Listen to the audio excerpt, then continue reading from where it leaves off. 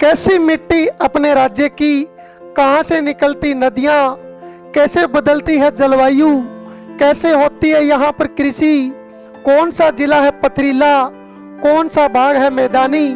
अपने राज्य का भूगोल जानना कामयाबी की है एक निशानी। नमस्कार, मैं नरेश कसवा, आप पढ़ेंगे भूगोल मेरे साथ लक्ष्य के मंच पर। धन्यवाद। 18 तारीख होगी। अब तक किसी एक किसान के खाते में एक नया पैसा सरकारी पेमेंट का नहीं है।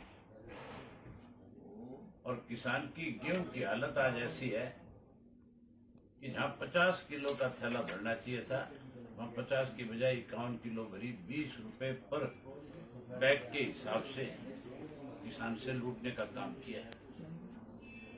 और कोई सरकारी खरीद नहीं हुई, मंडियां सारी खचाखच भरी हुई है।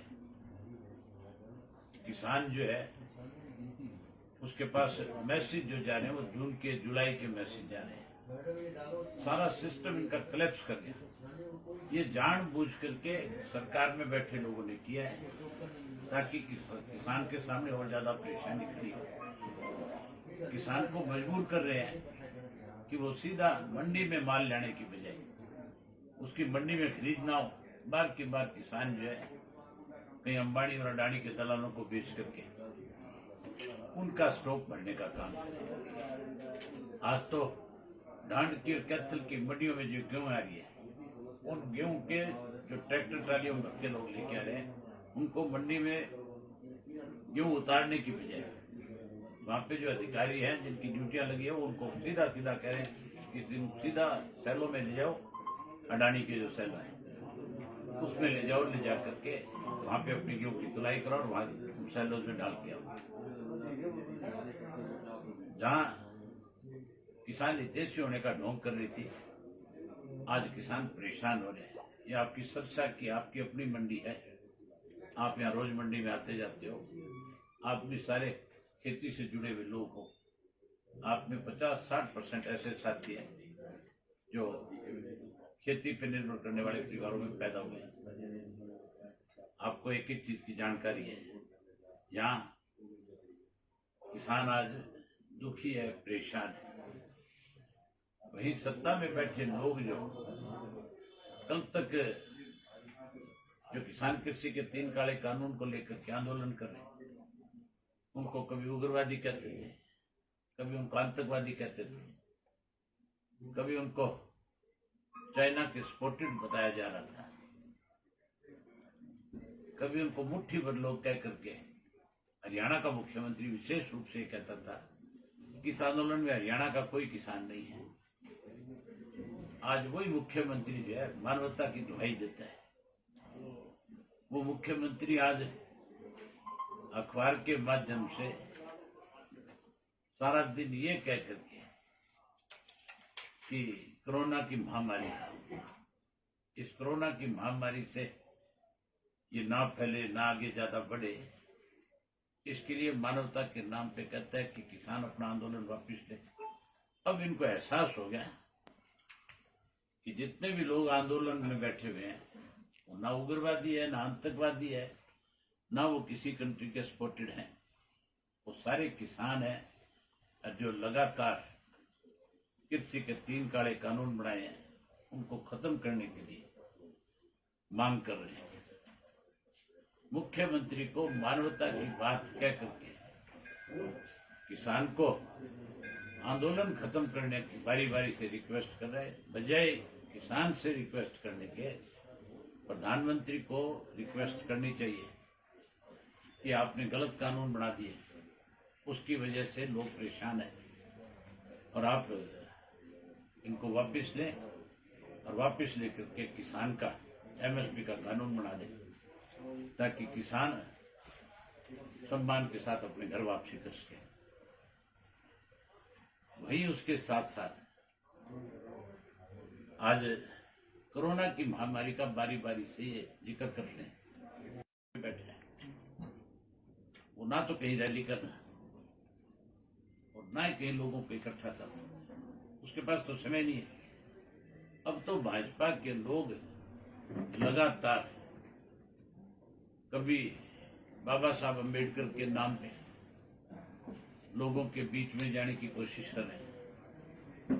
जिस पार्टी से लोगों को नफरत होगी, जिस पार्टी के खिलाफ आम जनमानस जो है आज बगावत कर रहा है, आज उसके खिलाफ गुस्सा इजहार कर रहा है, आज उसके खिलाफ नारेबाजी कर रहा है, आज उसको बारी बारी चेतावनी दे रहा है कि तुम बजाय इस किस्म के कार्यक्रम करने के इन काले कानूनों को वापस करवाओ। और ये जानबूझ करके उनको छेड़ करके कहीं इस प्रदेश में फिर से आग लगाना चाहते हैं, उकसाना चाहते हैं, लेकिन ये अपनी इस मंशा में कामयाब नहीं हो सकते। आज कोरोना की महामारी को कोई बढ़ावा दे रहा है इस देश में, तो देश का प्रधानमंत्री दे रहा है या भाजपा की जहां जहां सरकारें वो दे रही है। वो जानबूझ करके अपने कार्यक्रम रखती है, कार्यक्रम रख करके इस महामारी को बढ़ावा देने का काम कर रही है। इन सब के लिए दोषी अगर कोई है तो भाजपा की केंद्र की सरकार और प्रदेश की सरकार है। अगर किसान की गेहूं का उठान जल्दी नहीं हुआ, जल्दी पेमेंट नहीं करी, तो फिर इंडियन नेशनल लोकदल पार्टी जो है मंडियों के ताले भी लगाएगी और सरकार को इस बात के लिए मजबूर भी करेगी। संयुक्त मोर्चा ने आह्वान किया है जी कल रात को 1 बजे कि किसान ज्यादा से ज्यादा तादाद में बॉर्डर पे पहुंचे, सरकार खाली करवा सकती है वहां से बॉर्डर, ऐसी खबर छपी थी कल। सरकार की इतनी औकात नहीं है कि वो वहां से फोर्स के साथ उसको खाली करवा दे। अगर कहीं ये गलती करी सरकार ने तो बहुत बड़ा खामियाजा सरकार को भुगतना पड़ेगा। किसान जो है भीख नहीं मांगता किसी से, किसान कभी किसी का आगे झोली नहीं फैलाता। आज भी किसान जो है बॉर्डर पे बैठा है, वो कोई गलत डिमांड नहीं कर रहा। उसने जाकर के कब मांगा था कि तुम कृषि के कानूनों में सुधार करो। ये सुधार थोड़ा ही है, तो किसान को मारने का एक नया कंडा अपनाया गया। अगर वो वहां से खड़ा हो जाएगा तो फिर तो अपने आप ही मर जाएगा। किसान मर जाएगा, लेकिन उस आंदोलन से खड़ा होकर के सरकार के दबाव में वहां से लौटेगा नहीं अपने घर। सरकार ऐसी गलती नहीं करेगी, अगर करेगी तो उसका नुकसान होगा। ढांड में और भंबेवा जो है, जीन में जो साइलो है, वहाँ पर ये कहा जा रहा है कि चमक नहीं है गेहूं में, लस्टर लॉस करके ट्रालियां वापस भेजी जा रही है किसान। चमक तो बीजेपी के चेहरे की खत्म कर देगा ये किसान। जो किसान की फसल की चमक को कहते हैं ना, इसकी चमक खत्म होगी। जब चुनाव होगा तब आप देखना, इस किसान ने बीजेपी के सेवकियों के चेहरे की चमक खत्म कर देनी है। इन्हें लोग कब से तालाबंदी करेंगी? हम देखते हैं 2-4 दिन के अंदर अगर नहीं उठान हुआ, नहीं किसान की पेमेंट उसके खाते में गई, तो फिर इंडियन नेशनल लोकदल पार्टी जो है पूरे प्रदेश भर में, कोई अकेले सरसा में नहीं, हम समझ गए इसको लेकर के किसान के साथ खड़े होंगे, किसान को साथ लेकर के मंडियों को ताले लगाएंगे। आज हिसार और कुरुक्षेत्र में नायब सैनी और रणवीर गंगुआ का भी जोरदार विरोध हो रहा है जी। ये गए किस लिए, क्या काम है इनका, क्यों जा रहे हैं? जब आम आदमी विरोध कर रहे हैं, जब पूरा प्रदेश नहीं देश का हर नागरिक भाजपा का आज विरोधी है, खास करके खेती करने वाला व्यक्ति ये जानबूझ करके क्यों छिड़खानी करते हैं? ये प्रदेश के अंदर माहौल खराब करना चाहते हैं, ये राजकुमार श्रेणी पैदा करने चाहते हैं नए अलग अलग जगह पे, ये हालात खराब हो, इसलिए रोज कार्यक्रम बनाते हैं। इनको कोई निमंत्रण थोड़ा ही दे रहे, इनको कोई बुला थोड़ा ही रहे। गांव का कोई व्यक्ति आज भाजपा जजपा के किसी नेता को अपने घर चाय पे नहीं बुलाने को तैयार। आज कोई अपने किसी घर में अगर समारोह है तो उसके लिए इनवाइट नहीं करता, क्योंकि गांव का भाईचारा है, गांव के लोगों ने तय कर रखा है, गांव के लोगों का एक फैसला है कि हम अपने गांव का माहौल नहीं खराब होने देंगे। ये जानबूझ करके माहौल खराब करने के लिए कार्यक्रम बना रहे, ये प्रदेश के हालात खराब करना चाहते हैं।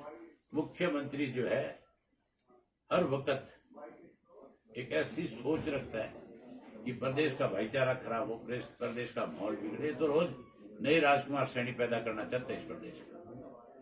सरसों और नरमा के भाव पे सरकार पीड़ित हो पा रही है। सरकार ने तो सरसों पिछले साल जब किसान लेकर के गया था तब क्यों नहीं खरीदी, तब कहाँ मर गए थे। अब तो सरसों का भाव इसलिए बढ़ गया, इस कोरोना की वजह से जो हमारे पाम ऑयल आता था या दूसरे ऑयल जाते थे, जो आपका बटर ऑयल होता था, जिसके रेट बहुत कम होते थे, जो मुफ्त में आपको यूरोप की गवर्नमेंट जो है फेंक के दे करके जाती थी, उसकी वजह से तेल के रेट कम थे। और अब वो सारा बंद हो गया, बाहर से कुछ आ नहीं रहा। नहीं बाहर से आएगा तो फिर नेचुरल है कि सरसों के तेल के दाम बढ़े, उसकी वजह से सरसों के दाम बढ़े। जिस दिन उनका इंपोर्ट खुल जाएगा उस दिन दोबारा उसी तरह के हालात पैदा हो जाएंगे। जिन पेट्रोल के दाम भी बढ़े हैं, उनकी निस्बत ये दाम कहाँ तक उचित है? अगर ये किसान के हितैषी है तो फिर इनको कृषि के तीनों काले कानून खत्म कर लेने चाहिए, और डीजल और पेट्रोल के दाम जो बेहताशा बढ़े हैं, बैट हटा करके उसको बाकी दुनिया के अंदर जिस तरह से पर बैरल के हिसाब से, रेट के हिसाब से दाम बढ़ते और घटते, इनको भी करना चाहिए। दिल्ली में बैठे किसानों को उप मुख्यमंत्री पहले कांग्रेसी और इनेलो के बता रहे थे, लेकिन अब प्रधानमंत्री को पत्र लिखा है कि इनकी बात सुनी जाए और जल्दी से हल किया जाए, और पहले कहते थे ये कांग्रेसी और इनेलो के हैं। किसानों के बीच में जाने के लिए रास्ता निकाल रहे हैं। अगर किसान का हितैषी है, चौधरी देवीलाल का झंडा लगाता है, चौधरी देवीलाल की नीतियों की बात करते हैं, अगर सही मायने में चौधरी देवीलाल की नीतियों पे चलना चाहते हैं तो फिर बजाय किसी को पत्र लिखने के रिजाइन दे देना चाहिए। रिजाइन कोई एमएलए सीट से नहीं, इस सरकार से समर्थन वापस ले लेना चाहिए।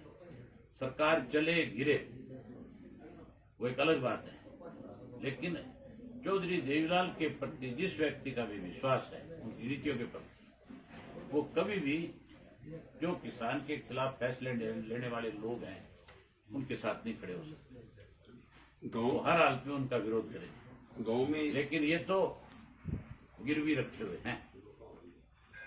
आपने सुना नहीं था, अजय सिंह का एक बयान आया था, उसने कहा था कि दुष्यंत का इस्तीफा मेरी जेब में, और वो इस्तीफा लेके जेल चला जाता है।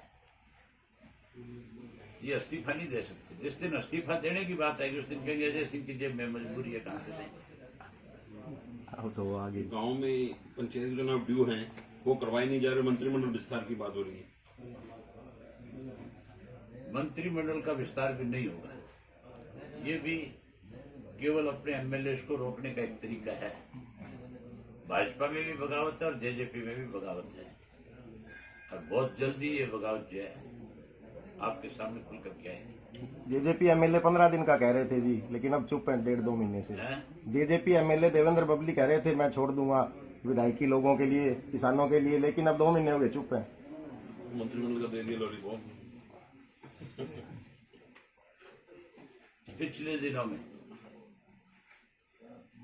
दुष्यंत ने कहा था ना कि मैंने एक एमएलए का नाम अपनी तरफ से सरकार को दे दिया। उस बबली ने गले में अंगूठा दे करके अपने नाम की चिट्ठी बनवाई थी, और वो ये कह करके गया था दुष्यंत उसको, बबली को, कि मैं नड्डा को दे करके आरोप देना। यह दुआ किसी का नहीं दे, तो दिग्विजय का रखा है। बारी बारी ये कहते हैं कि दिग्विजय को मंत्री बना दे, फिर हम इलाहाबाद से चुनाव लड़ लेंगे। मैं चाहता हूँ ये बात कि दिग्विजय को मंत्री बनाया जाए जरूर, और बना करके यहाँ से चुनाव लड़ाया जाए, ताकि एन अच्छी तरह से इस बात का लोग फैसला करते हैं कि ये चौधरी देवीलाल की नीतियों पे कितना चलने वाले लोग हैं। ये तो दिग्विजय को बनाना चाहता है मंत्री, ये किसी और को नहीं बनाना चाहता। दिग्विजय को इसलिए बनाना चाहता है कि अगर दिग्विजय को मंत्री नहीं बनाया तो दिग्विजय ही खेल खिला देगा इनका साथ। मेरे कहने की जरूरत नहीं है। ठीक है, धन्यवाद।